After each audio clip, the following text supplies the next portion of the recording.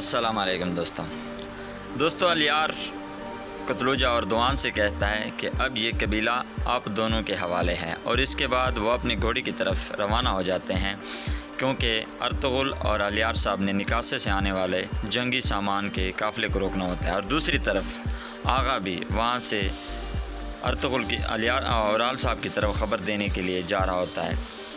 तो इसके पीछे अब्दुर्रहमान भी पीछा कर रहा होता है कि ये कुत्ता कौन है जो औराल साहब को ये ख़बर देता है। आगे जा दूसरी तरफ गुनगत अर्तुगरुल का इंतज़ार कर रहा होता है और अर्तुगरुल से पूछता है कि क्या सूरत हाल है। तो गुनगत कहता है कि अर्तुगरुल भाई, कल से हम आपका इंतज़ार कर रहे हैं और इस रास्ते पे तो कोई एक आदमी भी नहीं गुज़रा, काफ़िला तो बहुत दूर की बात है। तो फिर इस पर अर्तुगरुल कहता है कि ठीक है, और इतनी देर में अलियार साहब का भी सिपाही का काफ़िला वहाँ पे पहुँच जाता है। तो अर्तुगरुल साहब कहते हैं कि ठीक है, तमाम सिपाहियों से मेरी गुजारिश है कि वो अपनी अपनी जगह संभाल ले, क्योंकि ये हो सकता है कि काफ़िला ना भी है और ये चाल भी हो सकती है, ताकि हमने अपनी जगह संभाली हो।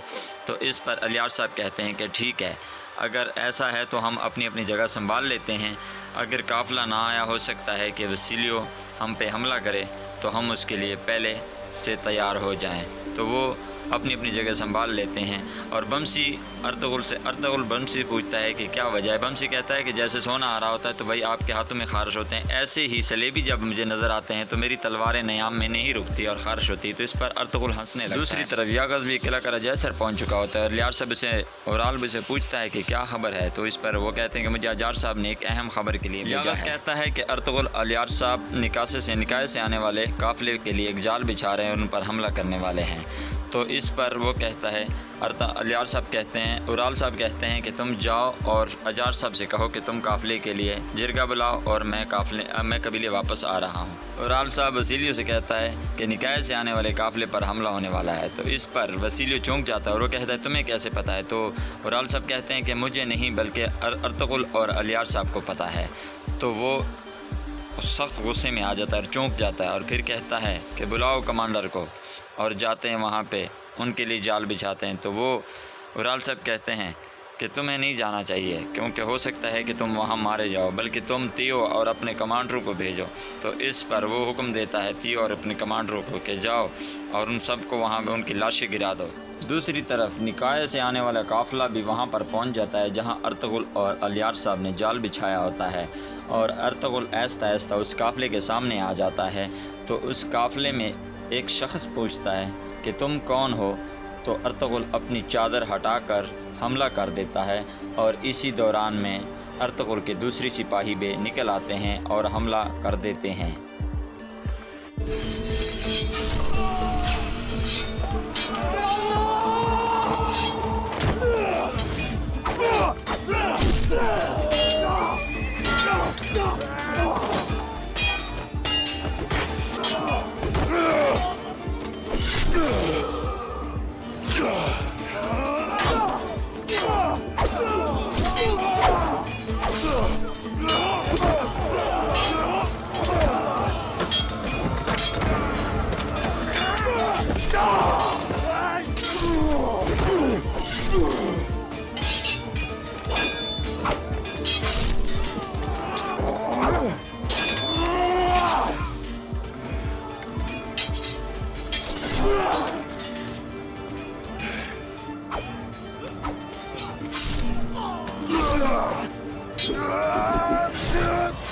थोड़ी देर के बाद अर्तुगरुल और इसके सिपाही तमाम सलेबी सिपाहियों को, बल्कि काफ़िले के सिपाहियों को मार देते हैं। और इसी दौरान में तियो भी वहाँ पहुँच जाता है। तो इस पर बमसी कहता है कि भाई यही है वो कुत्ता जिसने मेरा बाजू हिला के रख दिया था। तो अर्तुगरुल के सिपाही भी तैयार हो जाते हैं और अर्तुगरुल तो ख़ुद बहुत बहादुर है, लेकिन उसके सिपाही थोड़ा सा घबराहट महसूस करते हैं, क्योंकि तियो के सिपाही इन पर चार चपेर से चारों तरफ से घोड़े घुमा रहे होते हैं और तियो कहते हैं कि तुम मारे जाओगे। और जब वो तियो उनके करीब आते हैं तो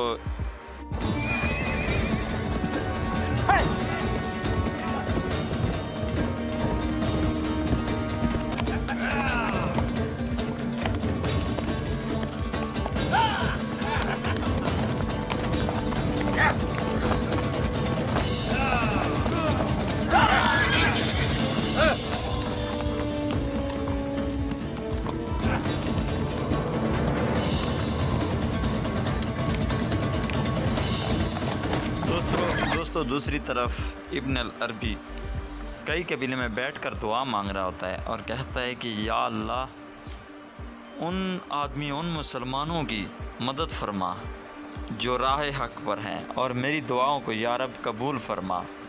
और दूसरी तरफ अर्तगुल के सिपाहियों को और अर्तगुल को तियो के सिपाहियों ने घेर रखा होता है। इसी दौरान में अलियार साहब के सिपाही भी उनको निशाने पर लेते हैं और तीर अंदाज़ी शुरू कर देते हैं।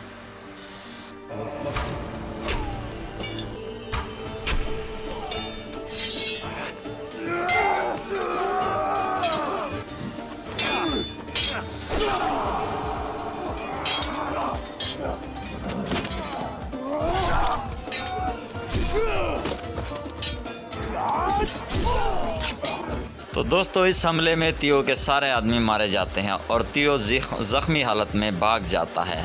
इसके बाद अर्तगुल, दुंदार और बाकी तमाम सिपाही खुशी की वजह से एक दूसरे के गले मिलते हैं और अर्तगुल साहब कहते हैं कि ये फ़तह हमारी है।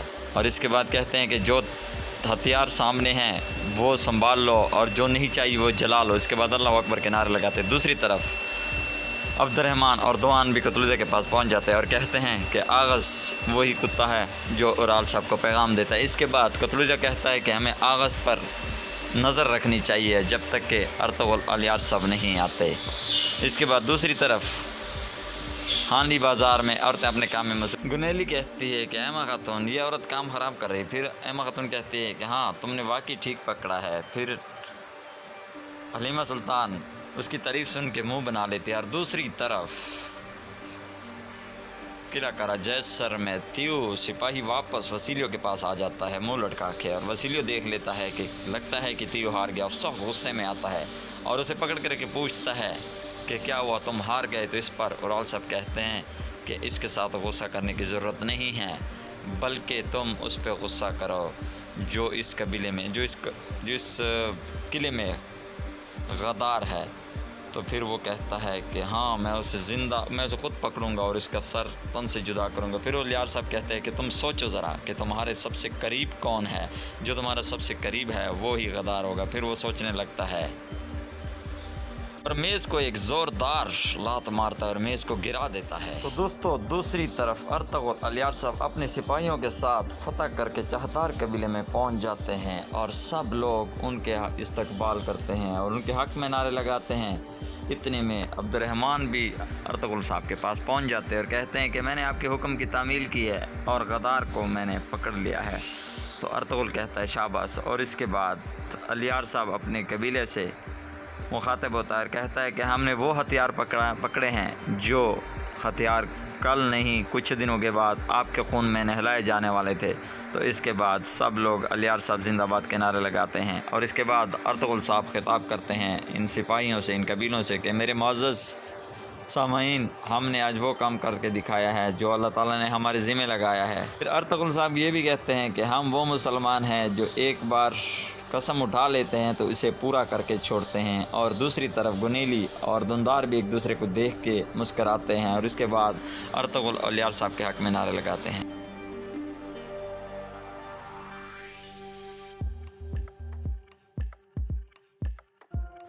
दूसरी तरफ वसूलियो कारा जैसर में हल्की हल्की चहलकदमी कर रहा है और उराल पूछते हैं कि क्या सोच रहे हो। तो इस पर वसीलियो जवाब देता है कि मैं ये पूछ रहा हूँ कि मुझे अर्तगुल की पहले सर से तन जुदा करना चाहिए या उनकी आंखें निकाल लेनी चाहिए। तो इस पर उराल साहब कहते हैं कि अर्तगुल ने आपके हथियार ज़ब्त करके आपका सर कलम कर लिया। तो इस पर वसीलियो कहता है कि मेरा सर तो मेरे तन के ऊपर ही है। अर्तगुल साहब फिर उराल साहब वसीलियो से कहते हैं कि आपको सबसे पहले अपने किला में गद्दार को ढूंढना चाहिए, वो गद्दार आपका बहुत करीबी हो सकता है। और फिर वसीलियो इसके पास आकर पूछता है क्या तुम किसी पे शक खाते हो। तो इस पर उराल साहब कहते हैं कि हाँ, ये आपको कोई करीबी कमांडर हो सकता है या आपकी करीबी कोई मुलाजमा हो सकती है या ये वो हो सकती है जिसे तुम दिल से चाहते हो और उससे प्यार करना चाहते हो और इसे शादी करना। अर्तगुल साहब चाहदार कबीले में तमाम सिपाहियों से मुखातिब कर रहे थे और कहते हैं कि हमें बहुत ही कीमती मालो गनीमत के हथियार और सामान मिला है और हमने उनके हाथों से छीन कर उनके काफरों के दिल में उतारेंगे ये। तो इस पर अलियार साहब कहते हैं कि हमें हमेशा वफ़ादारों की ज़रूरत है गदारों के नहीं, यागज़ ने हमारे साथ गदारी की। अगर ऐसे गदार हमारे कबीले में रहेंगे तो बहुत काम ख़राब हो जाएगा। हकीम अर्तुग अलियार साहब तो कहते हैं ये गदारी का काम बहुत अरसे से चलता आ रहा है, हम इसे नहीं रोक सकते। फिर अलियार साहब कहते हैं कि अर्तुग साहब हम इसे रोकेंगे, और इसके बाद कतलुजा को हुक्म देते हैं कि जाओ और उस कुत्ते को घसीट कर लाओ। तो वो सर हिला देता है कि जी हजूर अभी। अर्तुगरुल साहब कतलुजा को रोक देते हैं कि अभी नहीं, अगर वो कुत्ता मरने वाला है तो हम इससे कुछ फ़ायदा उठा लेते हैं। इस पर अलियार साहब कहता है कि क्या फ़ायदा उठा सकते हैं। तो अर्तुगरुल साहब कहते हैं कि हम फ़ायदा उससे उठा सकते हैं। अर्तुगरुल साहब उसको अपने मंसूबे में बताने लगते हैं, और इसके बाद दूसरी तरफ औरतें अपने काम में मसरूफ़ होती। हलीमा सुल्तान अपने डब्बे में नए डिज़ाइन तलाश कर रही होती है और सबसे पूछती है कि मेरे डिज़ाइन कहाँ गए। तो इस पर असलहान भी पूछ लेती है कि क्या तलाश कर रही हो।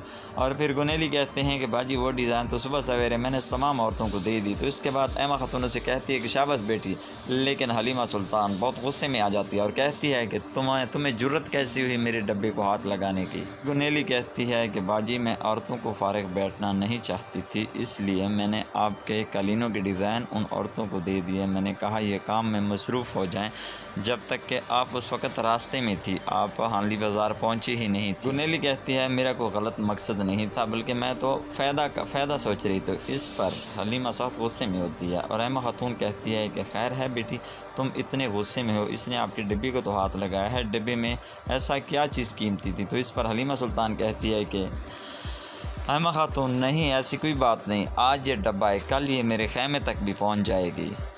तो हलीमा सुल्तान कहती है कि नहीं, उसमें मैं सिर्फ़ कालीनों के डिज़ाइन ही रखती हूँ, और इसका मतलब है कि तुम मेरी जासूसी कर रही। उसके बाद गुनेली वहाँ से चली जाती है। असलहान पूछती है कि मुझे पता है कि आप उसे पसंद नहीं करती और इसलिए आप उस पर गुस्सा कर रही। तो इस पर हलीमा सुल्तान कहती है कि ना ही मैं इसे पसंद करती हूँ और ना इसके कबीले से मैं रिश्तेदारी जोड़ना चाहती हूँ। एमा खातून कहती है कि उसने आपके डब्बे को छूकर गलती कर ली है, बल्कि ये सब आप मुझ पे छोड़ दें। और दूसरी तरफ अर्तुगरुल अलियार साहब से ये मशवरा करता है कबीले में कि हम आगाज़ के ज़रिए औराल तक ये ख़बर पहुंचाएंगे कि हम वो तमाम हथियार दूसरे कबीलों में तकसीम कर रहे हैं। वो यही झूठ सुनकर सच मानेंगे कि वाकई ये हथियार तकसीम करने वाले हैं और वो हम पे हमला करेंगे। तो इसके बाद अर्तुग कहता है कि हाँ, उससे कुछ मिलेगा भी नहीं और हमला भी नाकाम हो जाएगा। तो इसके बाद वो कतलुजा और दोआन को हुक्म देते हैं कि जाओ और तमाम सिपाहियों में ये बात अफवाह फैला दो कि कल हम और ये बात भी वाज़िह उनको बता देनी चाहिए, तमाम हथियारों को दूसरे कबीलों में तकसीम होने वाले काफ़िले के साथ होंगे। दोस्तों, इसी के साथ इस किस्से का अख्तिताम होता है। तो प्लीज़ मेरे चैनल को सब्सक्राइब करें, वीडियो को लाइक और शेयर करें। अल्लाह हाफ़िज़।